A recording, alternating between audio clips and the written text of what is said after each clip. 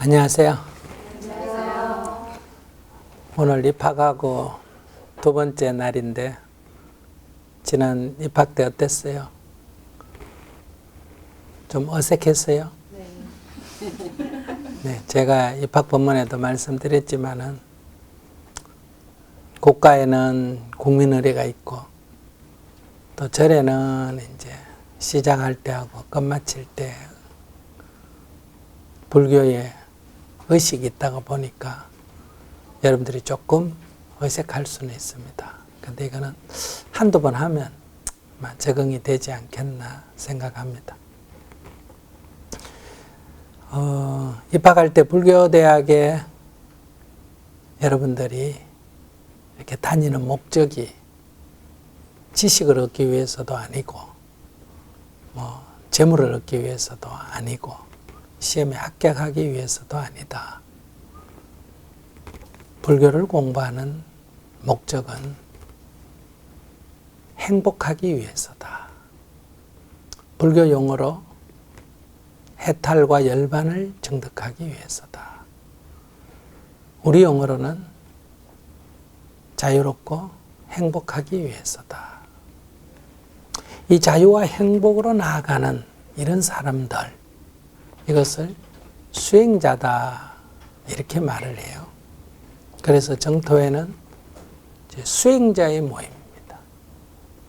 그래서 신앙공동체 정토회라고 안 하고 앞에 반드시 수행공동체 정토회다 이렇게 붙어 있습니다. 수행자들의 모임이다. 그러면 수행이란 게 뭐냐? 수행의 목표는 여러분들 언어로 한다면 자유와 행복을 얻는 겁니다. 불교 용어로는 해탈과 열반이다. 이때 해탈과 열반과 우리가 쓰는 자유와 행복에는 약간의 차이가 있습니다. 우리가 말하는 자유와 행복은 지속 가능하지 않는 자유와 행복이 있습니다. 근데 이 앞에 여기 붙여야 돼요. 지속 가능한 자유와 행복을 불교 용어로 해탈과 열반이다. 이렇게 말하는 거예요. 그러니까 불교를 공부하면 복을 얻는 것도 아니고 죽어서 존대 간다 하는 것도 아니에요. 이런 목표를 갖는 거는 이제 신자다, 종교인이다 이래요. 그러니까 종교는 믿는 자다 해서 신자라 그러고 수행자는 닦는 자다 그래서 수행자라고 그래요. 그럼 믿는 건 뭘 믿느냐? 내가 빌면 복을 주고 내가 빌면 좋은 데 태어나게 해준다고 하는 이런 것을 믿는 거예요. 근데 수행자는 닦는 거다. 뭘 닦느냐? 자기의 마음을 닦는다. 마음을 닦는다는 게 뭐냐? 어리석음을 깨우친다. 또는 과거에 내가 상처 입은 것들을 다 치유한다. 이런 의미예요. 그래서 내 삶이 좀 더 자유로워지고 행복해지는 것을 말한다. 그래서 우리는 앞으로 여러분들이 부를 때 나는 신자다, 불교 신자다가 아니라 나는 수행자다. 관점을 이리 가지셔야 됩니다. 자, 이러한 수행자는 첫째, 삶이 자립이 돼야 됩니다. 누구에게 의지해서, 누구에게 빌어서, 도움을 얻어서 나의 행복을 얻으려고 하는 이런 의지하는 자가 아니다. 구걸하는 자, 끌떡거리는 자가 아니다. 내 스스로 나의 삶을 온전하게 살아가는 것을 목표로 해야 된다. 이 완전히 자립된 자, 이거를 다른 말로 뭐라 그러냐? 천상천하 유아독존이라 그래요. 하늘 위 하늘 아래 가장 존귀하다. 이 하늘 위라는 것은 신들의 세계를 말하고 하늘 아래라는 것은 인간 세계를 말하는데 이 신들과 인간 세계를 통틀어서 내가 가장 소중하고 존귀한 존재다. 부처님은 이것을 나는 신과 인간의 모든 굴레로부터 벗어났다. 이렇게 선언을 하셨습니다. 이걸 붓다라 그래요. 여러분들은 붓다가 되는 게 목표다. 쉬운 말로 자립적인 인간이 되는 거. 자립적인 삶을 사는 거다. 그러니까 누구 핑계 닫고 아들 때문에, 자식 때문에, 돈 때문에, 뭐 때문에 내가 괴롭다. 이건 아직 자립이 안 된 사람이에요. 이건 조건부 인생. 예. 여러분들이 상황이 어떻든 물론 남편이 술 안 먹으면 좋죠.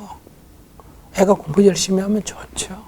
그러나 남편이 술을 먹는 것은 그의 인생이고 아이가 게임을 좋아하는 것은 그의 인생이에요. 나는 그런 속에서도 괴롭지 않아야 한다. 즉 부정적으로 보면 내 원하는 만큼 안 돼요. 안 먹었으면 좋겠는데 먹으니까. 그러나 또 다른 측면에서 보면 그래도 안 죽고 살아있다는 거. 그래도 술 먹을 건강이 된다는 거. 게임을 하지만 아이가 학교에 간다는 것. 건강하다는 것. 좋은 점이 있다. 이게. 그런 긍정적인 관점으로 바라보면 이것이 나를 괴롭게 하지는 않는다. 내 원하는 만큼 이루어지지 않았을 뿐이지 내가 괴로워할 일은 아니다. 이렇게 됨으로 해서 나는 남편으로부터 자유로워지고 아이로부터 자유로워지고 세상의 모든 것으로부터 점점 자유로워진다. 첫째, 이 자립이 돼야 돼. 두 번째는 행복해야 돼요. 여러분들은 행복할 권리가 있습니다. 근데 여러분들이 스스로 그 권리를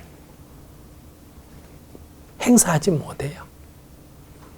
그래서 자기를 자꾸 괴롭게 만들어.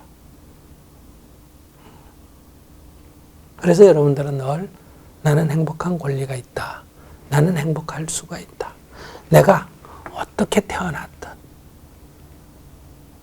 내가 어떤 환경에서 자랐든 현재 내 처지가 어떻게 돼 있든 나는 행복할 수가 있다. 즉 삶의 목표가 붓다여야 하고 삶의 목표가 해탈이어야 한다. 열반이어야 한다. 그 다음에 나는 이런 그물에 갇힌 물고기처럼 새처럼 막 이렇게 발버둥치는 그런 존재, 무거운 짐을 지고 겨우겨우 걸어가는 그런 존재가 아니라 내 삶은 좀 더 자유로워야 돼. 가벼워야 된다. 이렇게 좀 더 자유롭고 가벼우려면 내가 원하는 대로 다 이루어지면 그렇게 되느냐? 아닙니다. 바로 내 욕망으로부터 내가 자유로워져야 돼. 내 욕구로부터 내가 자유로워지면 내 삶이 자유로워진다. 이것을 해탈이라고 한다. 그래서 다시 정리하면 첫째, 행복해야 한다. 열반. 나는 자유로워야 한다. 해탈. 그래서 나는 자립적 인간이 되어야 한다. 붙다. 이것이 수행자의 목표예요. 지금 당장 그렇게 못 되더라도 여러분들이 이렇게 공부를 해 나가면 점점 그렇게 된다. 즉 수행을 하면 자기의 말과 행동을, 마음을 닦아가면 점점 그런 쪽으로 나아가게 된다. 그렇기 때문에 이것은 연습을 많이 해야 돼. 믿는다고 되는 게 아니고 안다고만 되는 게 아니다. 믿고 아는 것 위에 행해야 되는 거예요. 그래 닦아야 된다. 이런 얘기예요. 그러면 이런 길로 나아가는데 가장 큰 장애가 뭘까? 왜 우리는 이렇게 되지 못할까? 그게 바로 지금까지 살아온 나의 삶의 습관입니다. 지금까지 살아오면서 내가 갖고 있는 습관, 말하는 습관, 행동하는 습관, 생각하는 습관, 이걸 갖다가 인도말로 까르마라 그래, 까르마. 우리말로는 업식이라 그래, 업식. 내 업식이 장애가 되는 거야. 이 업식 때문에 나도 모르게 화가 벌컥 나고 짜증이 나버리고 잔소리를 하게 되고, 그렇게 마음을 썼던 습관, 그렇게 말했던 습관, 그렇게 행동했던 습관, 이게 가장 큰 장애예요. 돌아보면 내 성질, 내 욕망이라는 것도 다 형성되어진 겁니다. 이게 나의 본질이 아니고 형성되어진 거다. 내가 김치찌개를 좋아한다, 내가 된장찌개를 좋아한다는 것도 형성되어진 거예요. 나는 무슨 색깔을 좋아한다, 나는 어떤 사람을 좋아한다, 이것도 다 형성되어진 거다. 내 태어나서 지금까지 오면서 내가 겪었던 것들이 로 인해서 형성되어진 거예요. 내가 그렇게 하지 않는 것도 나한테 그런 게 있어요. 그거는 부모로부터 또 물려받은 거예요. 어머니가 마음이 불안하면 어릴 때 어머니 곁에 있다 보면 나도 덩달아 불안한 거예요. 어머니가 욕심을 많이 내면 나도 어릴 때 욕심을 해요. 어머니가 짜증이 많으면 나도 어릴 때부터 거기 있다 보니까 짜증이 많아졌다. 이것도 형성되어진 거다. 그러니까 첫째는 내가 태어나서 지금까지 형성되어진 게 있고, 또 더 밑에는 부모님으로부터 영향받은 것도 있는 거예요. 그럼 부모님은 또 그 부모님으로부터 영향받았기 때문에 내 속에는 누구 것도 있다? 할아버지, 할머니 것도 있는 거예요. 또 그분들도 또 영향을 받았기 때문에 내 속에는 또 증조 할아버지, 증조 할머니 것도 남아있다. 이런 얘기. 그래서 우리가 내 삶은 지금이지만 내 의식 속에, 내 업식 속에는 이렇게 여러 생의 삶들이 여기에 축적이 되어 있다. 그래서 우리가 이걸 다생겁내라 그래요. 여러 생을 거듭하면서 형성된 이것이 현재 나의 업식이다. 이거는 고정 확정된 게 아니라 형성된 거기 때문에 이거는 변화시킬 수가 있다. 이 가운데 부정적으로 작용하는 것, 나를 자꾸 우울하게 하거나 짜증나게 하거나 자꾸 이렇게 욕심나게 하거나 이런 부정적으로 작용하는 것들을 우리가 닦아낸다, 치유해낸다. 그러면 내 삶이 훨씬 더 자유로워지고 가벼워져 나간다. 이것을 우리가 수행이라고 한다. 그러니까 이렇게 형성되어진 거를 크게 나누어가 세 가지라고 부릅니다. 첫째가 탐심이라 그래요. 탐, 욕심을 말하는 거예요. 자꾸 이렇게 뭘 갖고 싶고, 뭐 하고 싶고, 뭐 하고 싶고, 뭐 하고 싶고, 뭐 하고 싶고, 이렇게 뭐 하고 싶다. 이게 욕심의 뿌리입니다. 근데 우리 뭐 하고 싶으면 뭐 하고 싶은 대로 다 하려고 그래요. 근데 실제 이 세상은 다 될 수가 없어요. 그러니까 여기에 늘 불만이 생기고 여기에 껄떡거림이 생기는. 그러니까 이 욕심으로부터 좀 자유로워져야 된다.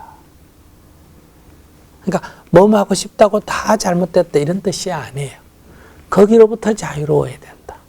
뭐 먹고 싶으면 먹어도 되지만 비만이다 하면 안 먹어야 되고 이게 몸에 해롭다 하면 안 먹어야 되고 그 먹고 싶어도 거기로부터 불이익이 오는 거는 멈출 줄 알아야 된다. 여기로부터 자유로워야 된다. 두 번째가 이제 성냄이에요. 이걸 진심이라고 말하는데 성냄. 이거 싫다 이거예요. 아까 좋다에 너무 집착한다면 이번엔 싫다에 집착하면 자꾸 짜증이 일어나는 거예요. 그 다음 화가 나고 이거 내 뜻대로 안 되면 그래요. 그래서 여기도 거기로부터 내가 자유로워져야 된다. 싫은 것으로부터도 좀 자유로워져야 돼. 싫어도 이익이 되면 어때요? 능히 할 줄 알아야 돼. 싫다고 안 하면 손실이 생기면 그 싫은 걸 능히 행할 줄 알아야 된다. 이걸 이제 진심을 버린다 이렇게. 그 세 번째가 이제 어리석음이에요. 뭘 몰라. 알아도 잘못 알고 있어. 잘한다고 했는데 결과가 나빠. 이제 이 무지하는 게 그냥 어리석음이 아니라 인연과보의 이치에 대해서, 인연의 이치에 대해서 어리석다 이런 얘기요.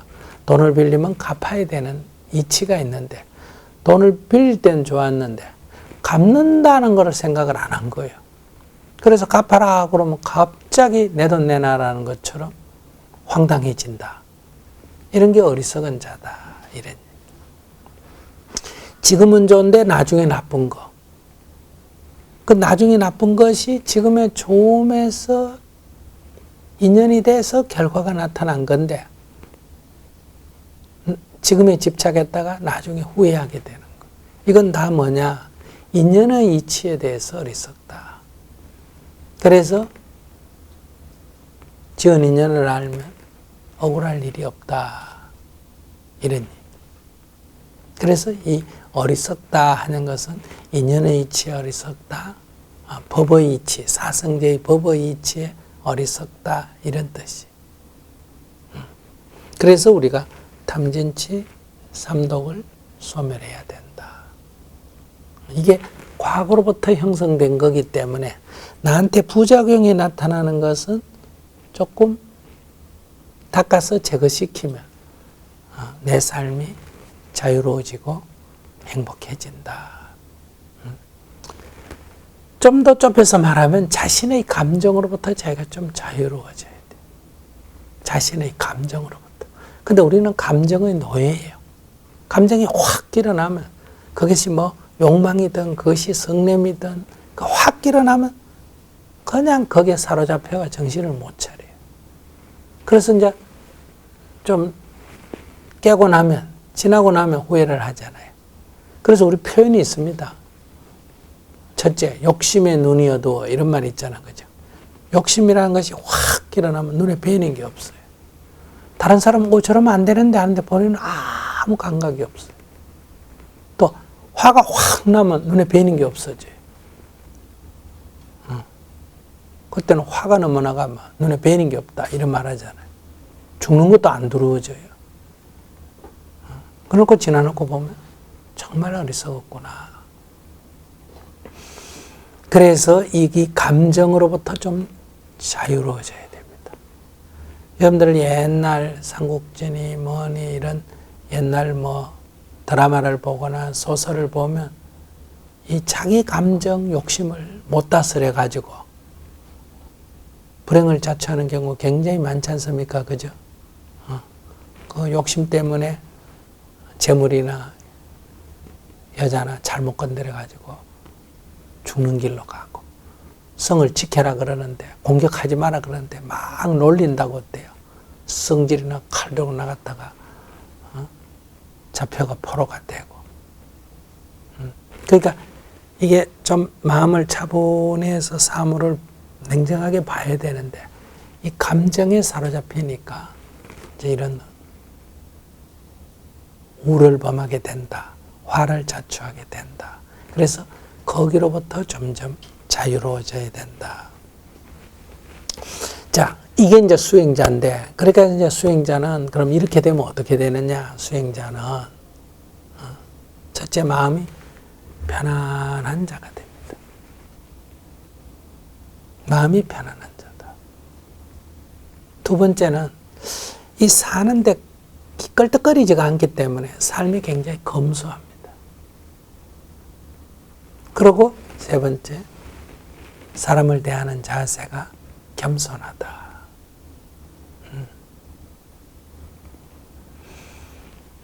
그러니까 마음이 들떠 있고 막 이렇게 초조불안한 게 아니라 마음이 편안하다. 그러니까 편안하니까 수행자가 사는 처소는 당연히 어떻게 되겠습니까? 조용하다는 거. 이 수행자의 삶에서 그 처소의 환경이 나오는 거예요. 조용한 곳에 가서 살면 마음이 편안해지는 게 아니라 수행자가 마음을 편안하게 가지고 살기 때문에 수행자가 사는 처소가 조용한 거예요. 이 수행자가 머무르는 곳을 우리가 도량, 이 도량 또는 절 또는 정사 이렇게 부릅니다. 정사란 것은 깨끗한 곳이다 이런 뜻이. 뭐 성스러운 곳이다 이런 의미도 돼. 그러니까 머리 깎은 사람이 수행자다가 아니고 기와집이 절이 아니고 마음이 고요한 자가 뭐다? 수행자다. 마음이 고요한 자가 머무르면 그것이 비닐하우스를 치고 살던 숲속에 살아도 그것이 뭐다? 절간이다. 절이다. 이런. 그래서 수행자는 마음이 고요한 자다. 그래서 도량은 뭐다? 조용하다. 수행자는 사는 게 검소하게 소박하게 삽니다. 아주 심플하게 산다 이거예요. 그렇기 때문에 수행자가 머무는 도량은 뭐하다? 청결한 거예요. 깨끗하다. 수행자는 겸손합니다. 그렇기 때문에 수행자가 사는 그 절간은 어때요? 모든 것이 다 질서가 잡혀 있습니다. 정리정돈이 잘 돼 있다. 이 얘기. 그래서 우리가 보통 어디 가서 아이고 여긴 꼭 절간 같네 이럴 때가 있죠. 시끄러운 걸 절간 같다 그래요. 조용해야 절간 같다. 조용해야 절간 같다. 막 지저분해야 절간 같다 그래요. 깔끔해야 절간 같다. 깔끔해야 절간 같다. 막 흐트러져야 절간 같다 그래요. 정리정돈이 잘 돼 있어야 절간 같다. 정리정돈이 잘 돼 있어. 여러분들 절간에 딱 갔을 때 우선 장작이 가지런히 쌓인 거 보셨어요? 옛날에 가서? 절간보다 장작을 더 가지런히 쌓아놓은 데는 없습니다. 가정집에 가면 이게 나오건 들쑥날쑥 저리 가면 가지런합니다. 아이고 절간 같네 하는 특징이 세 가지. 첫째가 조용하다는 거, 두 번째가 깔끔하다는 거, 깨끗하다는 거, 세 번째가 정리정돈이 잘 돼 있다. 그럼 이건 어디서 왔느냐? 수행자는 마음이 편안하고 수행자는 검소하게 살고 수행자는 겸손한 자세에서 이게 오는 거예요. 즉 수행자는 늘 거기에 끼어 있기 때문에 결국 공간이 그렇게 형성된 거예요. 그러니까 이제 여러분들이 이제 수행자가 되려고 여기 왔으니까 여러분들이 수행이 잘 되면 이 법당 공간이 저절로 그렇게 될 거고 또 여러분들이 수행이 좀 덜 됐더라도 법당 공간을 그런 목표로 해야 돼요. 그러니까 절에 와서 너무 떠들고 큰소리 치고 쿵쿵거리고 걷고 이러면 안 돼요. 그럴 땐 뒷발을 들고 뒤축을 들고 이렇게 걸어가. 조용조용히 걷고 천천히 걷고 말도 자분자분하고 이래야 돼요. 아무개야 하고 큰소리 치고 허허야 하고 웃고 이렇게 하면 안 돼요. 물론 이제 우리가 어떤 행사 같은 거 할 때 그럴 때 무슨 뭐 음악 연습을 하거나 할 때는 큰 소리도 치고 하지만 기본적으로 조용해야 된다.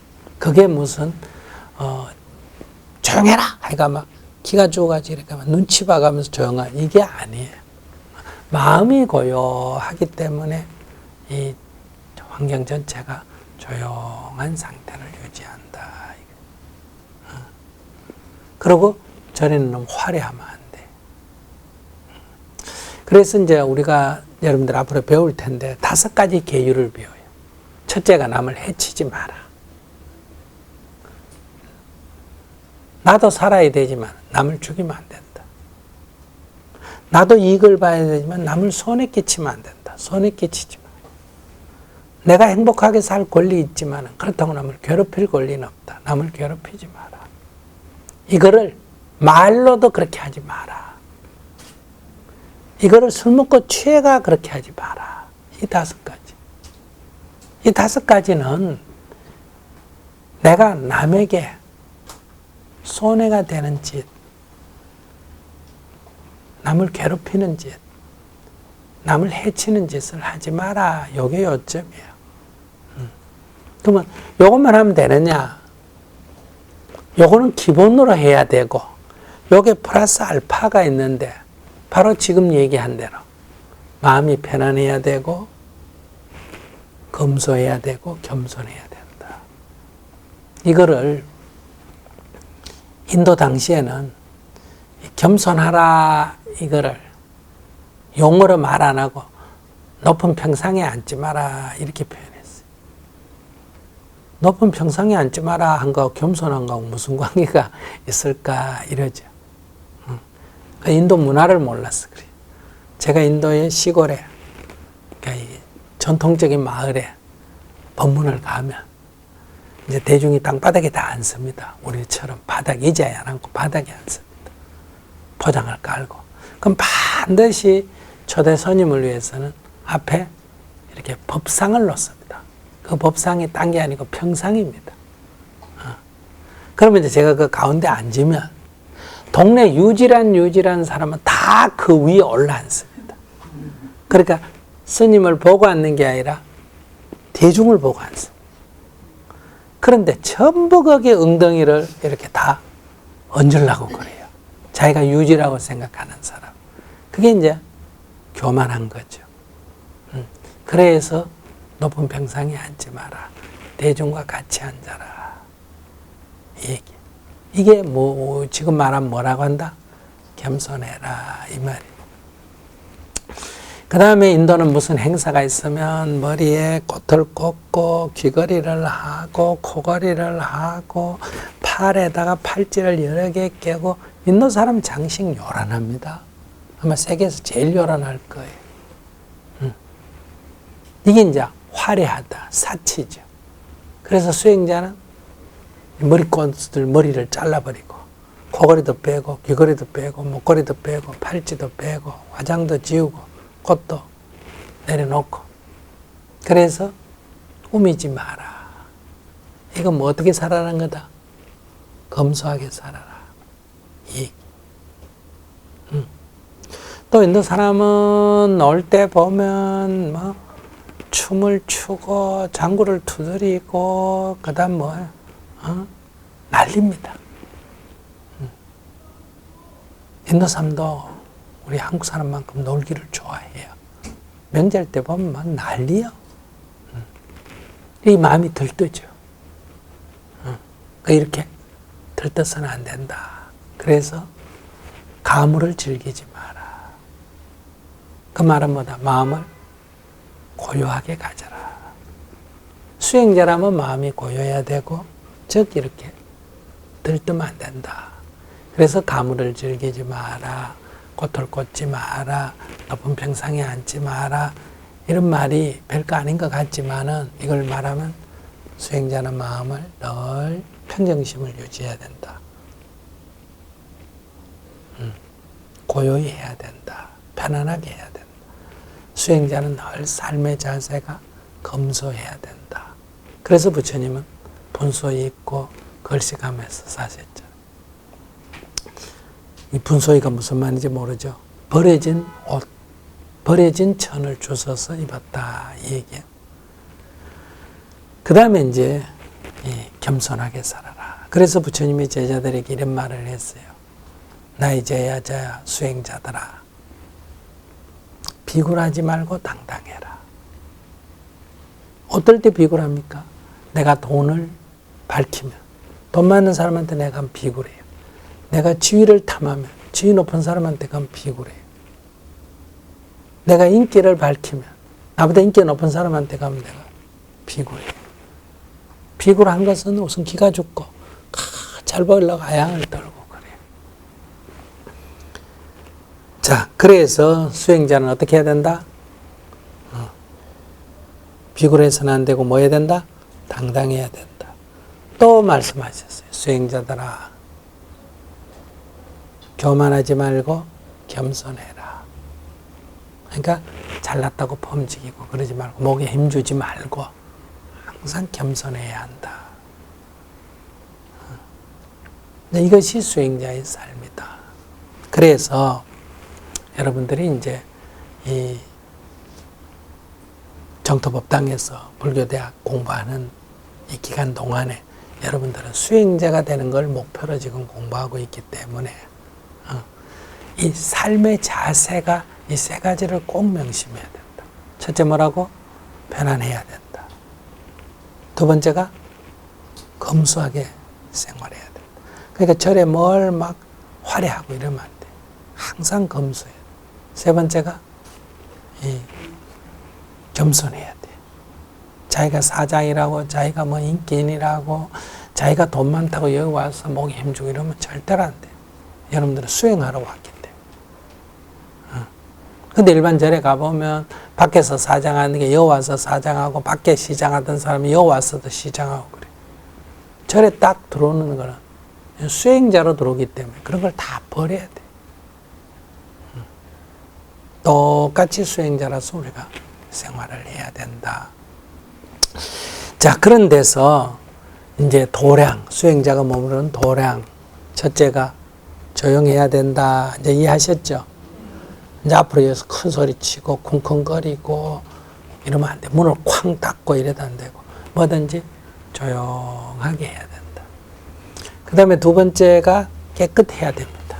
막 지저분하게 하면 안 돼. 깨끗하려면 뭘 잘해야 됩니까? 청소를 잘해야 되겠죠. 그 청소를 하는데 빗자루를 갖고 이렇게 막 푹 이랬으면 먼지가 날라가 다 돌아앉습니다. 한 45도 각도로 이렇게 천천히 이렇게 쓸어야 되고, 또 걸레를 닦을 때 물을 흥거이 묻혀 이렇게 막 닦으면 마르고 난 뒤에 얼룩이 다 집니다.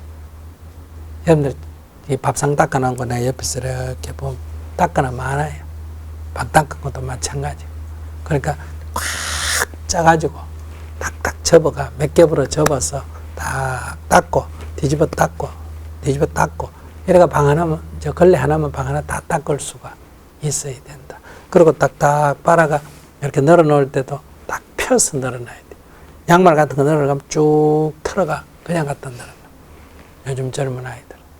그게 어떻게 절간 같은 거. 딱 펴서 가지런하게 모양 좋게 꼭꼭 집어가. 요래 놔놔야 된다. 이게. 그 우리가 왜 그렇게 보기 좋아라고 그렇게 하는 게 아니라 그게 우리 마음이 지금 편안하고 우리 마음이 딱 깨어있다. 마음의 질서가 딱 잡혀있다는 징표다. 이게. 깨끗하게 청소해야 될 뿐만 아니라 그 청소도 이렇게 걸레할 때 보면 이렇게 구석들 딱 안쪽을 이렇게 닦아야 되는데 마음이 급하니까 씩 이렇게 닦으면 이런 책상 이런 게 있다 안에 보면 이렇게만 닦아요. 그리고 이쪽 구석하고 이쪽 구석은 안 닦여 있어. 여러분들 늘 이사 갈 때나 짐을 하면 치워보면 이 아래 먼지가 가득해야 안 해요? 매일 청소하는데 왜 그게 먼지가 가득할까? 안 닦기 때문에 그래. 이렇게 입구만 쓱 닦고 가기 때문에. 그래서 들 건 들고 밑에 닦고 다시 놓고. 이렇게 절이라는 거는 어디 구석을 봐도 깔끔해야 된다. 이런 얘기. 그 다음에 이제 물건을 딱 제자리에 다 놔놔야 돼. 이렇게 정리정돈이 가지런히 돼 있어야 돼. 법복을 벗어도 가지런하고, 여러분들이 방석도 이렇게 가지런하게 놔야 돼. 그래서 방석을 이렇게 두 손을 이렇게 딱 들고, 이렇게, 이 지퍼가 있는 쪽으로, 이렇게 한쪽을 딱 이렇게 놔야 되는데, 한쪽에는 가방 들고, 한쪽에 이렇게 들고 왔습니다. 이렇게 갖다 놓으니까 삐딱삐딱 이렇게 된다, 이 말이에요. 그래서 반드시 방석은 발로 쓱 밀고 이러지 말고, 두 손으로 딱 들고, 이렇게 조용히 이렇게 놔야 되는데, 한 손을 들고 가서 갖다 이렇게 놓으니까 먼지가 풀풀 나고, 이런 문제가 생겨. 이게 뭐냐? 마음이 지금 고요한 상태가 아니다. 깨어있는 상태가 아니다는 것을 말한다. 여러분들이 지금 불교라는 지식이나 불교라는 뭘 배우기 전에 내가 여기 온 목적이 뭐라고? 수행자다. 수행자는 삶을 좀 더 자유롭고 행복하게 살기 위해서다. 근데 그거의 가장 큰 장애가 뭐냐? 내가 지금까지 살아온 이 습관이 가장 큰 장애다. 그 살아온 습관으로부터 내가 자유로워져야 됩니다. 그 습관이 한쪽은 욕심이 많고, 한쪽은 지 성질대로 하려는 성질이 많고, 한쪽은 어리석고, 이게 탐진치 삼독이라고. 그러니까 이걸 우리가 조금씩 닦아가야 돼. 버려야 돼. 그래서 마음을 항상 들뜨지 말고 고요하게 가지고 삶의 방식을 심플하게. 검소하다니까 뭐 좀 안 좋아 보입니까? 심플하다 그러면 오히려 듣기 좋아요. 좀 간소해야 돼. 화려하다는 건 복잡한 거예요. 그 다음에 이제 자세가, 삶의 자세가 좀 겸손해야 된다. 이것이 도량에 드러난 게 지금 제가 말하는 이런 거지. 이걸 강제로 조용해라. 똑바로 놔라. 이런 개념이 아니에요. 그래서 물건을 제 위치에 딱 놓고, 제 위치에 놓는 건 다음에 쓸 때 굉장히 편리합니다. 빗자루 하면, 빗자루 어딨노? 이렇게 물을 필요가 없어요. 빗자루는 저기 가면 있고, 걸레는 저기 가면 있고, 딱 쓰면 다음 사람 쓸 걸 대비해서 딱 갖다 놓고. 항상 다음 쓸 때를 생각해서 준비해 놓는 마음이다. 이렇게 말할 수가 있는 거예요. 그래서 이제 앞으로 이제 신발도 마찬가지. 아이들 신발 벗어놓으면 어때요? 마음이 들떠있기 때문에. 애들은 마음이 들뜨거든요. 그러니까 신발이 막 엉켜가지고 이렇게 돼 있잖아요. 그러니까 마음에 딱 벗을 때 껴있다는 건 신발이 가지런하다. 신발장에도 가지런하다. 신발장에 넣을 때도 가능하면 먼 쪽부터 이렇게 넣어오기 쉽게. 군데 이래 놓으면 중간에 끼우기 어렵잖아요. 여러분들 차도 주차장에 댈 때 한쪽부터 착착착 떼우면 좋잖아. 그죠? 전부 중간중간에 대 놓으면 가끔 그 중간에 공간이 있는데도 들어가기가 어렵고 들어가도 차문 열기가 어렵잖아. 이제 남을 배려 안 하는 거예요. 그 다음에 좌석을 앉을 때도 마찬가지. 제가 보면 여러분들 이빨 빠진 것처럼 군데 이래 앉아있어요. 그러니까 사회자가 마이크 잡고 앞으로 오라, 뒤로 가라 이런 얘기 하잖아요. 그러니까 이 진행자는 앞에 진행자나 특별한 사람이 앉아야 될 방석이 있으면 거기 표시를 해둬야 돼요. 그걸 안 해두면 어떠냐. 어디서부터 앉아야 될지를 대중이 모른다 이거예요. 그러니까 딱 지정석 몇 개는 여기 진행자가 앉아야 된다 한다면 딱 이렇게 표시를 해놓고 나머지는 여러분들 항상 들어오면 안쪽 또 맨 앞줄에 안쪽부터 앉아줘요. 그 순서대로 탁 앉고 순서대로 앉고 그럼 방석을 깔아놓으면 이빨 빠진 데가 없지 않습니까? 부족하면 뒤에 한두 개 더 갖다 놓으면 되고 그 다음에 남으면 뒤에 방석만 치우면 되잖아요. 근데 늘 이렇게 아무렇게나 앉고 특히 뒤에 많이 앉기 때문에 앞에 방석이 치우면 공간이 확 비지 않습니까? 그럼 앞에는 비고 뒤에는 늘 복잡복잡하고 그리고 앞으로 여러분들이 살아가는데 입구에 앉으면 안 돼요. 항상 문의 입구로부터는 상당한 공간을 비워놔야 됩니다. 왜냐하면 어쩔 수 없이 늦게 올 사람을 대비해서 아무리 늦게 오는 사람도 문 앞에 앉으면 안 돼요. 문은 열고 닫아야 되기 때문에. 근데 그걸 꼭 가서 말을 해야 되잖아요. 그래서 유불리를 자꾸 따지거든요. 그래서 사진 찍을 때도 이렇게 딱 오면 가부터 탁탁탁 순서를 써줘야 되는데 스님하고 찍고 싶은 건 이해가 되는데 줄서가 들어오다가 스님 뒤에 오거나 옆에 오면 안 가요. 거기 자꾸 자리를 잡아 내 자리다 이래. 그리고 이 수행자의 모임에서는 자리를 대신 잡으면 안 돼. 남의 자리를 친구 자리를 오지도 않았는데 미리 잡아놓으면 이빨 빠진다 이 말이야. 항상 자기 자리 잡고 밖에서 친구하고 여기서는 수행자니까. 그래서 자리를 안쪽부터 순서대로 앉는다. 그래서 사회자가 몇 번 이거 연습을 하고 나서는 앞으로 당기세요 이런 말을 안 해야 돼요. 그래야 조용하잖아요. 사진 찍을 때도 마찬가지죠. 두 줄 하면 어떻게 해야 됩니까? 그냥 사람이 적으면 그냥 한 줄로 서는 게 제일이에요.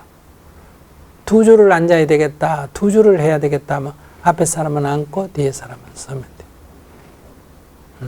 이럴 때 큰 사람이 서고 작은 사람이 앉는 게 나아요. 세 줄 이러면 어떻게 돼야 돼요? 앞에 사람 앉고 가운데 사람이 조금 허리를 굽혀주고 세 번째 사람이 서면 돼요. 이럴 때 약간 구부려줘도 키 큰 사람이 앞에 오면 안 되잖아요. 그래서 이게 사진 찍을 때는 가리는 문제가 있기 때문에 누구 차별해서가 아니라 큰 사람은 무조건 어디로 가야 된다? 뒤로 가야 되고 작은 사람은 앞으로 와야 돼요. 이걸 작은 사람에게 특혜 주는 것도 아니고 큰 사람을 차별하는 것도 아니고 이거는 생기기를 그리 생겼기 때문에 그런 거. 그 다음에 이제 네 줄 하면 어떻게 해야 돼요? 어? 앞에 사람이 엉덩이를 딱 붙이고 앉아야 돼요. 그 다음 두 번째 사람은 무릎 꿇고 앉고 사이사이로. 세 번째 사람은 실례라면 자 무릎을 꿇고 엉덩이를 드는 거예요. 이거를 불교에서는 호계 자세라 그래요. 호계. 호계 자세 취하세요. 이러면 무릎을 꿇되 뭘 한다? 엉덩이를 탁 드는 거예요. 땅에 붙이는 게 아니고 다리에 붙이는 게 아니고.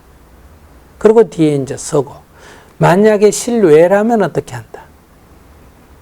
호계 무릎을 땅에 붙이고 꿇을 수가 없으니까 이제 이렇게 허리를 굽혀서 네 줄을 만들고 다섯째 줄 이러면 어때요?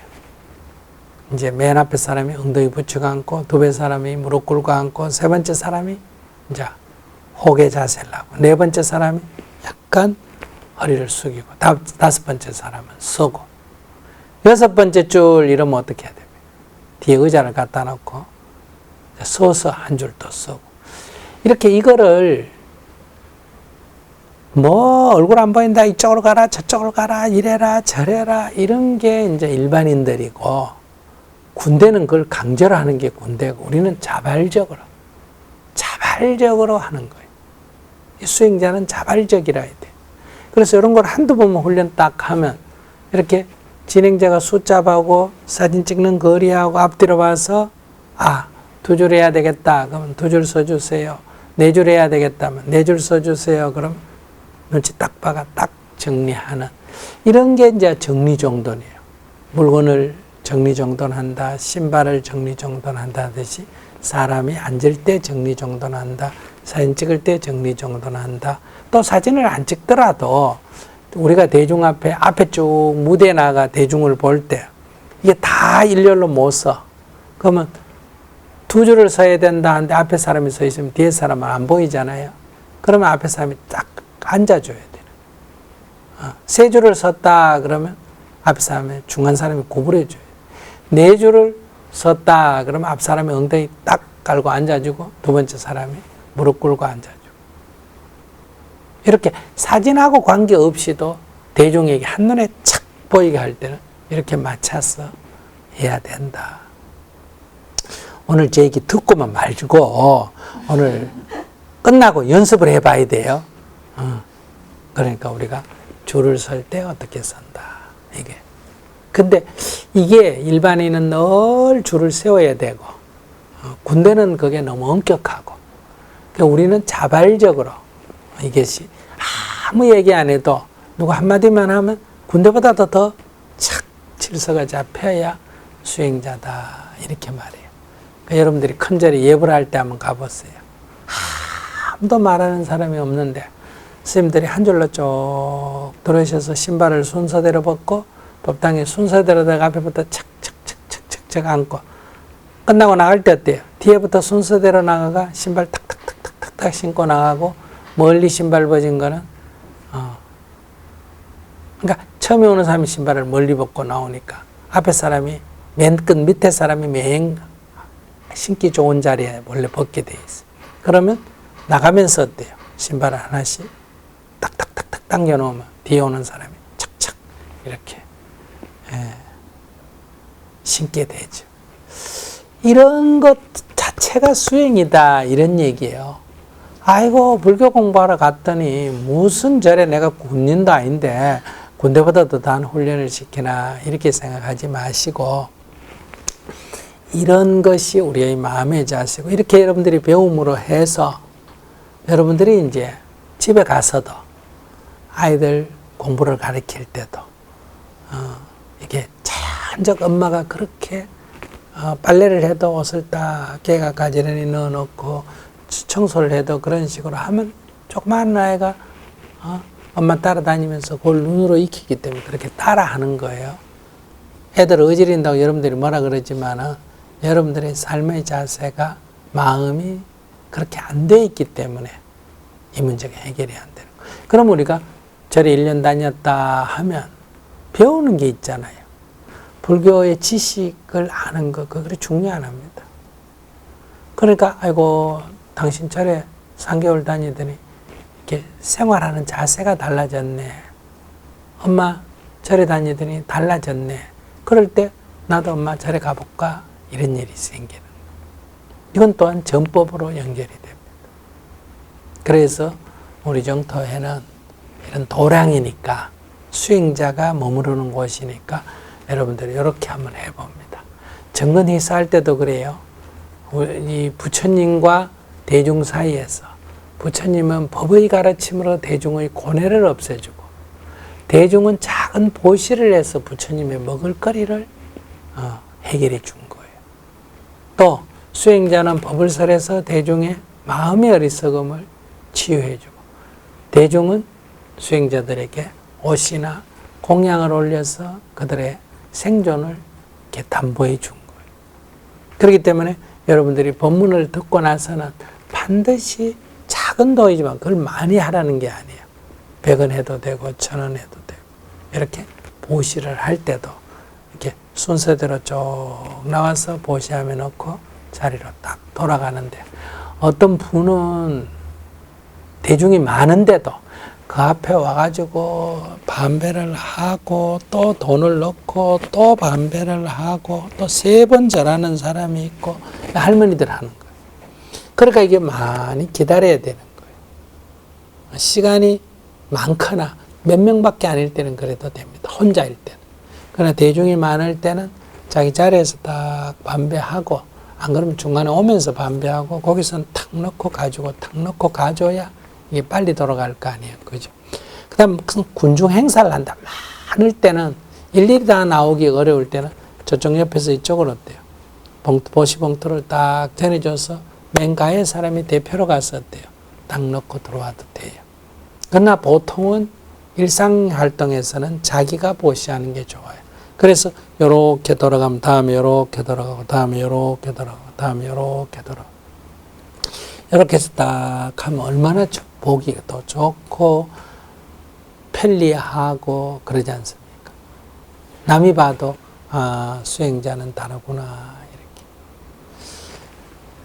이제 다음 주부터 본격적으로 학습을 하게 되는데 오늘 학습하기 전에 제가 여러분들의 목표가 뭐라고?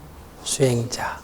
그럼 수행자는 마음의 자세는 편안해야 되고 검소해야 되고 겸손해야 된다. 그래서 수행자가 머무르는 도량은 조용해야 되고 그 다음에 깨끗해야 되고 정리정돈이 잘 돼야 된다. 수행자들이 움직일 때는 질서가 잘 잡혀야 된다. 저절로 자발적으로입니다. 이게 강제적이 아니라 누구에게 보이기 위해 아니라 우리가 편리하도록 이런 자세로 생활을 해 주십사, 해 보십사 이렇게 부탁을 드립니다. 할 수 있겠죠? 네. 네. 근데 이게 조금 우리 일상생활을 이렇게 안 했기 때문에 잘 안 되는 거는 사실이에요. 근데 이번 주하고 다음 주하고 그 다음 주하고 이렇게 몇 번 하면 금방 자리를 잡게 된다. 그 다음에 이제 향 같은 거 꽂을 때도 혼자 법당에 아무도 없고 혼자 있을 때 향을 피워도 됩니다. 그런데 이 법회 같은 게 있어서 법당에 사람이 많은데 법당 천장이 났는데 향을 여러 개 꽂으면 어때요? 이 향이 아니고 악취가 됩니다. 이게 눈이 따갑고 목구멍이 따갑고 이렇게 돼요. 그래서 향은 가능하면 짧은 걸로 간단하게 요 작은 법당에서 이렇게 꼽아야 돼요. 야외에서는 마음껏 꼽아도 괜찮다. 그리고 우리 절에서는 친환경적으로 생활합니다. 하나밖에 없는 지구를 우리가 보호하자. 이런 우리의 캐치프레이드가 있기 때문에 그래서 화장재 휴지가 없습니다. 여러분들 당연히 불편하죠. 그래서 뒷물, 물로 씻는 걸로 하고 있다. 그 다음에 일상생활에도 일회용을 쓰지 않습니다. 그래서 반드시 자기 컵을 지쳐 마셔야 돼요. 컵을 지참해가 뭐든지 이렇게. 요즘은 사회적으로도 여러분들 커피도 다 자기 컵까지 가서 받아 먹도록 좀 운동하고 있죠. 이런 컵 못 쓰게 앞으로 법으로 다 정해질 겁니다. 그리고 비닐에 얻은 음식을 법당에 반입하지 않는다. 강제 조항은 아니지만 일단 권유사항이니까 여러분들 일회용, 비닐 이런 거 가능하면 사용하지 않고, 여러분들 집에 가서도 이렇게 하면 좋지만 일단은 법당에서는 이걸 지켜야 돼요. 그래서 일회용 같은 거 막 가져오시면 안 돼요. 그래서 요거는 이제 환경 강의할 때 따로 말씀을 드릴게요. 이게 우리의 수행자의 생활 자세다. 수행자가 머무르다가 간 곳에는 흔적이 없어야 됩니다. 우리가 막 야외 밥을 먹어도 우리가 동그랗게 둘러앉아가 먹는데 남이 가다 이래 보니까 마치 원을 그려놓은 듯이 사람들이 딱 앉아 먹고 있더라. 조용히 먹고 있더라. 끝나고 났더니 아무 흔적이 없더라. 이러면 얼마나 좋아요. 근데 우리는 사람들이 많이 있다가 가면 첫째 앉아있는 자세들이 무질서하고 끝난 뒤에 보면 어때요? 온갖 쓰레기가 놓여 있잖아요. 이거는 흔적을 남기는. 타타갔다, 부처님을 타타갔다 그러거든요. 흔적 없이 오고 흔적 없이 가신 분이다. 여여히 오고 여여히 가신 분이다. 그래요. 이번에 내가 동북아 역사기행을 갔는데 우리 정토 행자들하고 데려갔어요.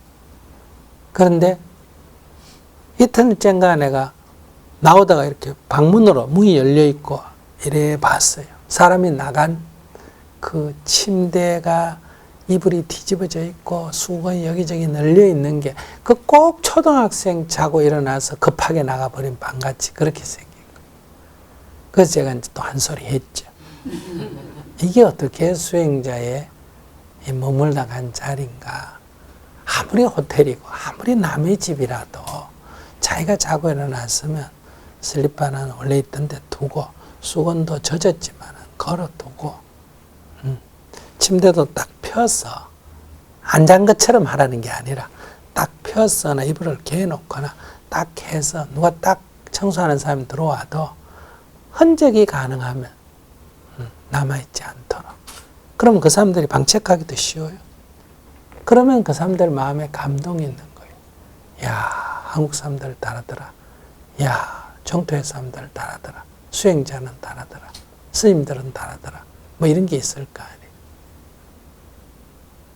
근데 우리가 이 일상생활이 삶의 자세가 너무 흐트러져 있는 거예요. 근데 이게 누구 방이냐, 뭐 누구 돈이냐, 누구 물건이냐 이런 걸 따지는 게 아니에요. 기본적으로 수행자는 자기의 삶이 딱 정비되어 있어야 한다. 그러면 여러분들이 정토행자들이 사는 집은 방문해보니 어때요? 살림이나 가재도구나 그릇이 탁 놓여있는 게 다르더라. 그걸 막 일부러 가서 쌓아가지고 힘들게 하라는 게 아니에요. 좀 가지런하게 놓는, 이걸 자꾸 연습하면 금방 됩니다. 알았죠? 네. 한번 우리가 공부를 하기 전에, 지식적인 것 전에 이 삶의 자세를 먼저 바꿔가져야 된다. 그래서 이 다음에 수행자의 삶, 수행자는 어떤 삶의 태도를 가져야 되느냐, 이걸 오늘 먼저 말씀드리는 겁니다. 앞으로 공부 열심히 하세요. 네. 네, 감사합니다.